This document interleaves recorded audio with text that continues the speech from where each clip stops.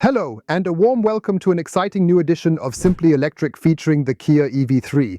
And I genuinely believe that Kia has truly achieved something remarkable and impressive with this innovation. Pragmatic, practical, and good is what I call this compact vehicle with a length of 4 meters 30 and a starting price of just over 35,000 euros, or in leasing terms, starting at 349 euros per month initially. We are in a compact, competitive environment includes the VW ID.3, the Cupra Born, the BYD Atto 3, and of course the Volvo X30. When you take a closer look at the features both inside and out, you're likely to notice that you are getting the best possible value for your money here. We would love to hear your thoughts and opinions, so please feel free to share them in the comment section below. I'd say let's not waste time. Check once more if you're part of the einfach electric community, and if not, we'd of course be happy if you support us with your subscription. And now, let's get started with the brand new Kia EV3. And as always, we'll begin from the outside, specifically starting from the front with the brand new Kia EV3, which we confidently believe is likely going to be the successor to the Kia Niro EV. And at certain points, I think we might even be able to convincingly prove that in a few ways. We have it in the highest variant available, namely as a GT line, showcased here in a stunning aventurine. Green metallic, which fits very, very nicely into the fall and of course also into the winter season, bringing a bit more cheerfulness and vibrancy into our grey that might add to a rainy, gloomy day. GT line is always a special feature where we have many black glossy elements, where we have a grey instead of a silver, and again here beautifully between the two daytime running lights a black glossy strip. With the daytime running lights, we have this boomerang design, which we've already seen quite often with Kia. And in the GT line, you've got some truly excellent lights on board. That means you get full LED headlights, which of course provide an automatic high and low beam function when driving in the dark. GT line also brings with it stylish rims, sometimes in 19 inches, other times featuring a fresh modern design that we usually don't see from other manufacturers. But I think it's well implemented, Stefan, right? Looks sporty, doesn't it? And especially in combination with the Hankook tires, which also have special values in the efficiency area. We aim to achieve over 600 kilometers according to WLTP. At the very least, that is the promise Kia confidently makes in its detailed technical data sheet. Let's continue chronologically. We have here in the GT line the side skirt painted in glossy black with a very, very nice accentuated line. I also think it's nicely done. Between the aventurine green metallic and at the top, the window trims, side mirrors and window trims. The roof rails are also nicely accented in glossy black, so we can actually speak of a two-tone design. Privacy glass in the back, and the highlight is that we have flush door handles in the front. That means when we lock the car, the door handle retracts into position, and then in the back here, for the rear seat door as it were, there is a nicely recessed door handle designed for the rear door. I must say it's a highlight too, right? It's quite chic. That means we have a compact electric SUV with 4 meters 30 length, starting at a good 35,000 euros, where I believe we can hopefully expect a lot of space in the interior. Yes, very nice. Before we get to the interior, we of course need to talk about Kia's visual highlight in the car color, which we call high fin on the channel here. I would wish that we someday integrate the technology into the body, the windows and the exterior mirrors. Many manufacturers already show that it's possible. We have a nice sloping roofline that transitions here into a rear spoiler, also very modern, very dynamically designed. And Kia has chosen to do without a rear wiper for the back window in this design. This means there isn't a wiper mechanism cleverly concealed within the rear spoiler. Unfortunately, we have to disappoint you. Yes, the rear section, if Stefan steps back a bit and takes it all in, also appears nicely wide, nicely robust. We have a width of 1.86 meters plus side mirrors, and it doesn't look that compact at first glance. Nah, it's got a nice rear end. And what we know from the daytime running lights at the front, we also have here in the dipped beam of the tail light. Beautifully integrated. The boomerang on the left and right, and then down here very nicely again. The indicators are embedded in LED technology. And at the bottom you have the apron, so to speak, in a glossy black finish. I really have to say it appeals to me a lot, right? Very stylish indeed. Let's discuss the specifications in more detail. We have a total vehicle length of approximately 4.30 meters, and it's got a height of 1.57 meters. For comparison, just so you know, I'm 6 feet 1 inch tall, and the vehicle's width without its side mirrors measures around 6 feet 1 inch. Unfortunately, we couldn't find any information with side mirrors. I guess it should be around 2.10 meters. But as I mentioned before, that's just my estimation. The wheelbase measures 2 meters 68, and in between, you can choose from 2 different battery packs, either 58 kilowatt hours, starting at about 35,000 euros or kicking off at around 41,000 euros.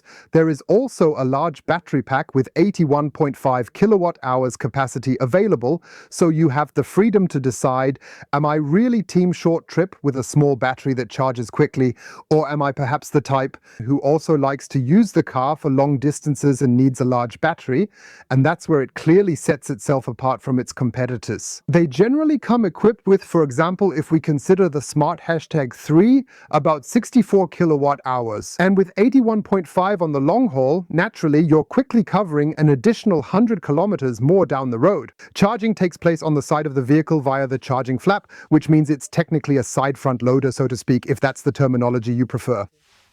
And we consistently have 3-phase 11 kilowatts as standard on board, allowing you to fast charge it using DC with the smaller battery at 101 kilowatts or with the larger battery at up to 128 kilowatts at its peak performance. And what Kia manages, some will philosophize again, wow, why can it only charge at 101 or 128 kilowatts? What's significant isn't the maximum peak, what's crucial is how long he can effectively maintain the plateau. And Kia mentions that for both battery versions, charging from 10 to 80% takes about just under 30 minutes, which I believe represents an incredibly solid value in this particular price category. This makes it clearly competitive and very much in line with other offerings in its market segment. Yes, at the present time, it consistently begins with a front motor that's strategically positioned on the front axle, indicating that it powers the front axle as well. Let's take a look under the hood with you guys. With 150 kilowatts, 204 horsepower, and I think 286 newton meters of torque. This unit might be identical to the one used in the Kia Niro EV. Previously, we also saw 150 kilowatts and 204 horsepower. It was incredibly efficient, so much so that Kia even stated we should achieve a road TP range of approximately 600 kilometers. And that would be really great for such a compact SUV, right, Stefan? That would be quite an impressive range indeed. The power of the front motor ensures that in the best case scenario, with the smaller battery and smaller wheels, you can accelerate from 0 to 100 kilometers per hour in 75 seconds. With the larger battery and larger wheels, it's 79 seconds, which I believe is still a respectable figure to smoothly blend with traffic. The top speed always remains at 170 kilometers per hour, and you could certainly take the opportunity to try that out for yourselves, right? Now, let's take a closer look under the hood, and you'll clearly see that Kia originates from Korea and dedicated itself to electromobility. Why? We have very nice hood lifters here, we have decent insulation including padding, and we have 25 liters of frunk space. 25 liters might sound a bit small at first, but it definitely fits an emergency chocolate kit and a properly long Type 2 charging cable. And that's what we might need in electromobility, at least some or many of us, so that we don't have to put the dirty charging cable in the trunk with our clean luggage during bad weather. Mixed together, and I believe you can load things quite nicely through this hollow space.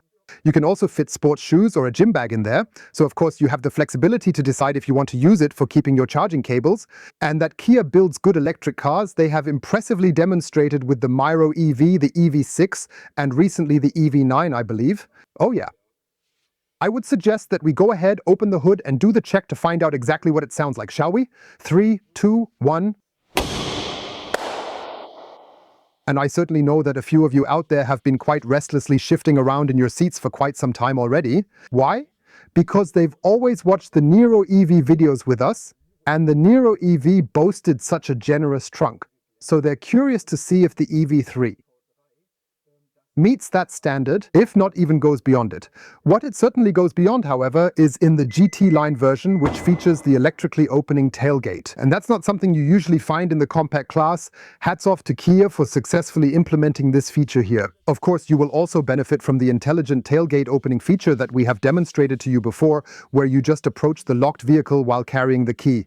Then it beeps 2 or 3 times and the lid opens by itself. Much better than always fiddling around with the foot here. Yeah. So, alright, let's see what kind of cargo volume we've got here.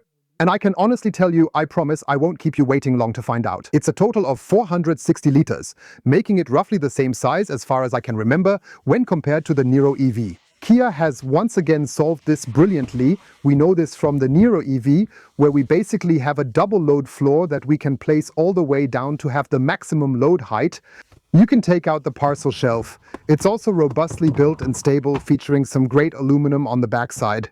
And then you have the option to stand your large suitcases upright next to each other, plus you'll still have a small compartment below for various bits and pieces or little extras you might need. With you, by the way, you'll receive the EV3 in 3 available equipment variants, R, ERS and GT line. From the ERS version onward, you can choose to add vehicular load. Alright, this implies that if you ever feel like going camping or plan to undertake an outdoor mission, the EV3 is indeed excellently designed for such purposes. Yes, for those whom the 460 liters here are not enough, there's the option to fold down the seats. Exactly, and that's 40% on the driver's side, which folds down like this. I'll demonstrate it again for you now. When we lift the load floor, it creates an ideal flat surface for loading cargo. It's fantastic how Kia has designed this, but it's unfortunate they didn't include the feature to split the middle 20% further or provide an extra pass-through option here. Perhaps for skis or a long item, but unfortunately, you can only fold down the 60% section on the passenger side, and doing so gives you a total storage capacity of 1,251 liters. Stefan. That's something I would say your cool frill combination definitely fits in there. Absolutely. Indeed, that's truly a fantastic capacity number for such a compact car in terms of overall loading.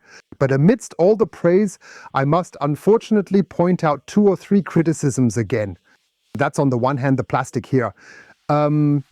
I find it a bit unfortunate, Kia, that maybe you didn't use some felt or carpet there, because when you scratch along a bit here, I don't want to do that right now to avoid damaging the car, as it might eventually leave some traces, possibly the same here as well.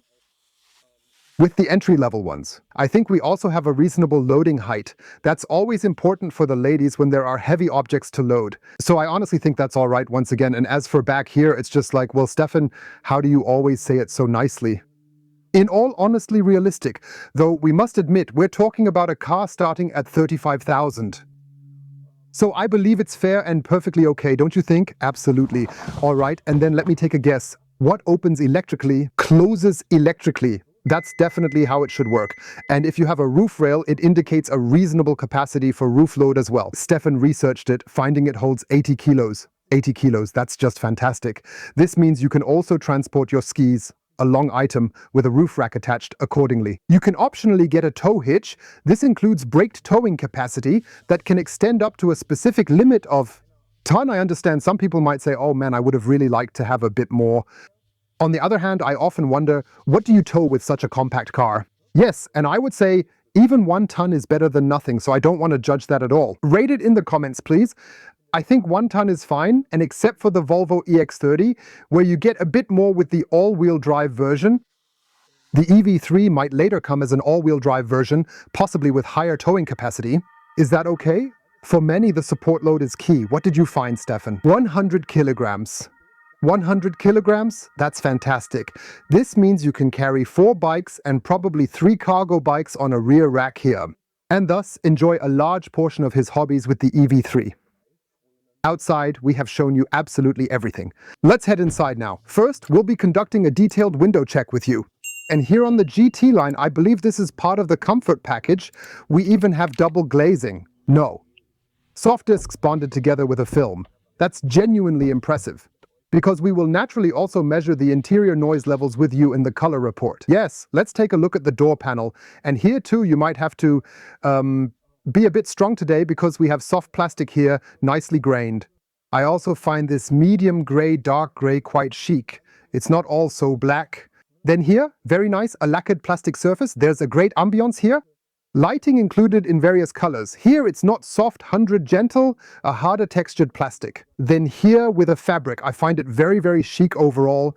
And right here, the light plastic with the faux leather, nice and soft, nice and cushioned. That's stylish.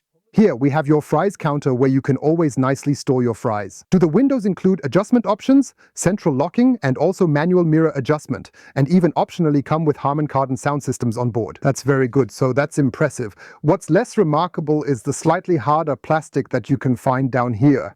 As I mentioned earlier, maybe it's all because of the price range. Unfortunately, there's no felt or rubber inside here, so it might end up rustling and rattling around a bit. But even there, if that bothers you, you could perhaps find a simple solution at a hardware store, right? Of course, a hearty welcome to the dashboard section. I must say, I truly have to give Kia some well-deserved compliments for their efforts here. Not that you think I've become just a Kia fanboy. On the contrary, I just think that Kia in a car that starts at 35,000 euros. And you know how expensive electric cars are currently coming to the market.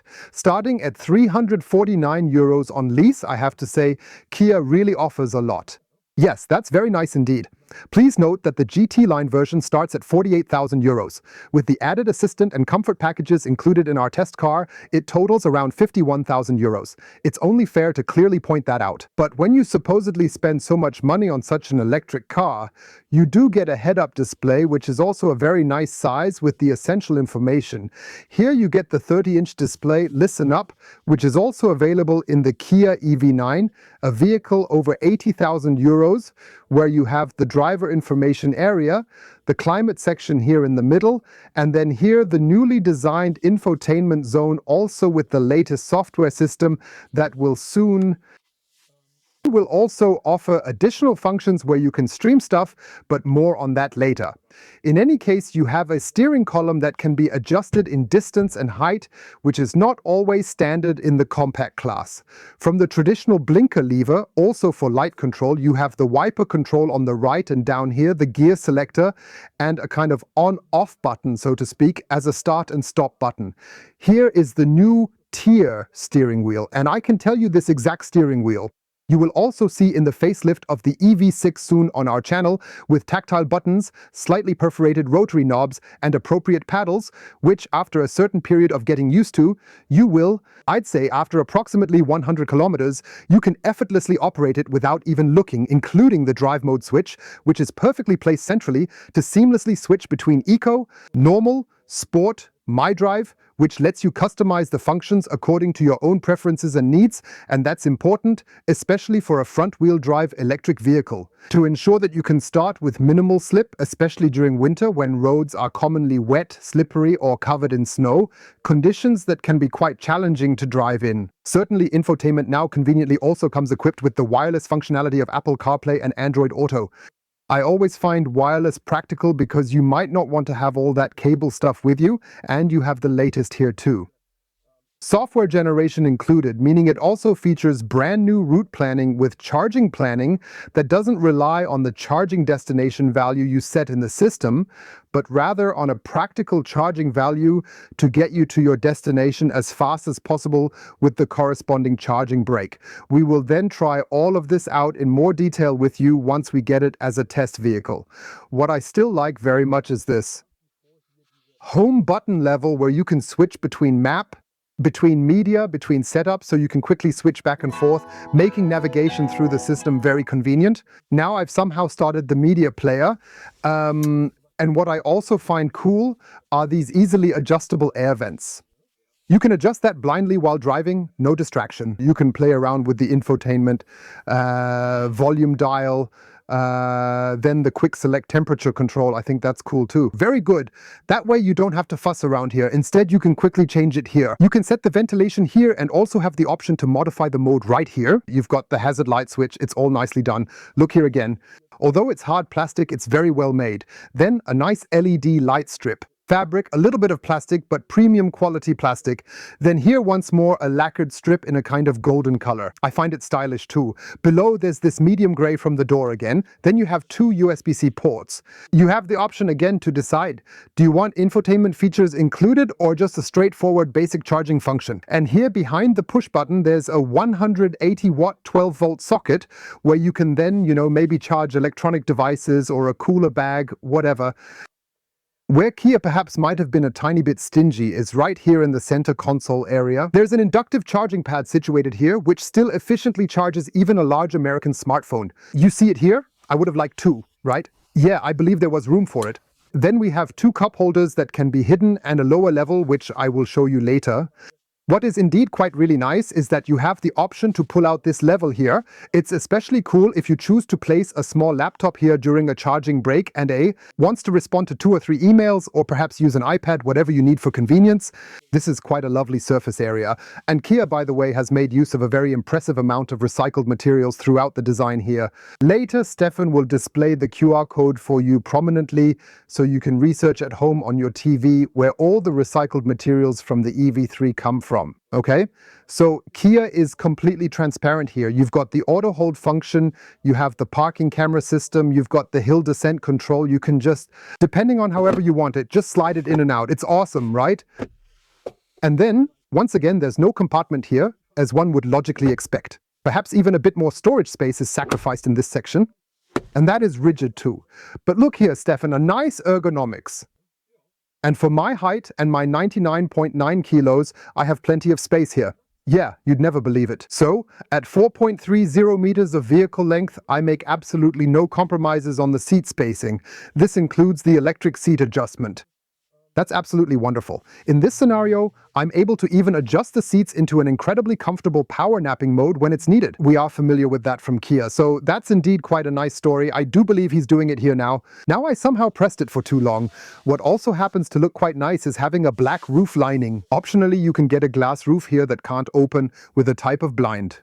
So for those who appreciate having more daylight inside the vehicle, they'll certainly be thoroughly treated with a glass roof up to this point. I would have wished for either a complete glass roof so everyone benefits, or maybe a sliding glass roof like on the Niro EV, which can also open. Absolutely, just to allow the beautiful autumn or spring air to gently trickle in for a while. Well, a glass roof that's only halfway done feels kind of neither here nor there, don't you think? It's not fully one thing or the other? No, not really. The view through the side gives you another very, very nice look at how Kia has utilized every single bit of available space in their EV3 vehicle. That means we basically have this mounted shell with the inductive charging surface here.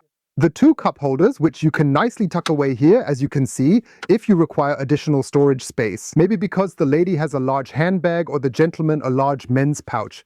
And after that, you can just move it quite beautifully and easily using a push button. You can also see very nicely how generously you can pull this out to use it with a small laptop. Unfortunately, I have a 16-inch MacBook, which I think would be too big for this table. Otherwise, I would have shown you that feature. Then, it's really also great for using it while standing to answer all of your emails comfortably. Yes, I find the seats, especially here in the GT line, cloth is always standard, so to speak. Then in the R version, extremely comfortable. Yes, they definitely look comfortable. We have decent support in the lumbar area, we have decent support here, and then also in the thigh area. What we're currently missing is something in this area to pull out or use for an extension. The seat cushion, I have to say, for my height of 1.85 meters is completely sufficient, and besides the seat heating, you also get optional seat ventilation, which is not standard in such a compact vehicle. What's really nice is the comfort headrest, which is also nicely padded. Look, Stefan, how nice that is, and it's even ventilated. That means especially when you take a power nap or a little nap, the air circulates around your continuously thinking head, naturally, very transparently. I'm sure about that too. That's amazing, isn't it? Incredible. How you can praise ventilated, breathable headrests like that, right? Let's continue with something track-related. Here's the glove compartment. I'm missing a small felt pad or a little carpet here again, so nothing rustles or clanks inside. You know how spoiled I am. There's the QR code, Stefan. Zoom in really close so the viewers can scan the sustainability feature. I'm already there, TV screen or on the tablet, because you can see which recycled materials were rented here and in what quantity. Yes, and otherwise you even get a memory function for the driver. So actually, one might nearly come to think that this is already indeed a compact luxury SUV. He can do quite a lot.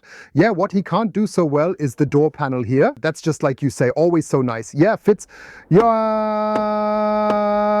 we always show you everything unfiltered. If you're driving alone and have head patch, then it can rustle and rattle here. And additionally, the door entry sills, it is quite possible that after regular and continuous usage over time, you might end up discovering one or even more scratches appearing there. You have to be honest, right? Absolutely.